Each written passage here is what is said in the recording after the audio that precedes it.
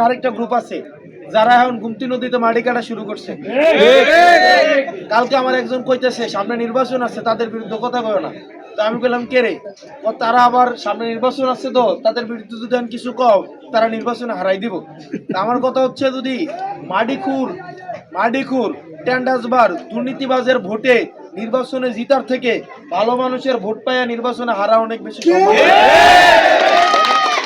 এখন নির্বাচনের আগে যদি আমি যারা মাটি কাটে তাদের বিরুদ্ধে কথা না কইতে পারি, নির্বাচনের আগে যদি জুলাসদের মতো বাটপারদের বিরুদ্ধে কথা না কইতে পারি, এই যে একটা বাটপার আছে না, এই যে আপনাদের রাস্তারা কন্ট্যাক্ট দিচ্ছে, এই মোবাইলটা বন্ধ করে দিচ্ছে, আজকে আমি দেখি বন্ধ করে দিচ্ছে।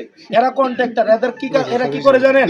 এরা যারা নির্বাচনে প্রার্থী হয় তাদেরকে এখন টাকা পয়সা দিবে। এই যে শোনেন, নির্বাচনে জিতে হারি সত্য কথা বলে দিয়ে যায়, হারলে হারলাম, আল্লাহ দেখবে বাকিটা। কারণ রিজিকের ফয়সালা তো আমার নির্বাচনের উপরে, তো রিজিক আমার নির্ভর করবে না। মানুষ আমাকে ভালোবাসে, মানুষকে আমি পাইছি, এরপরে আর কি দরকার, কি বলেন?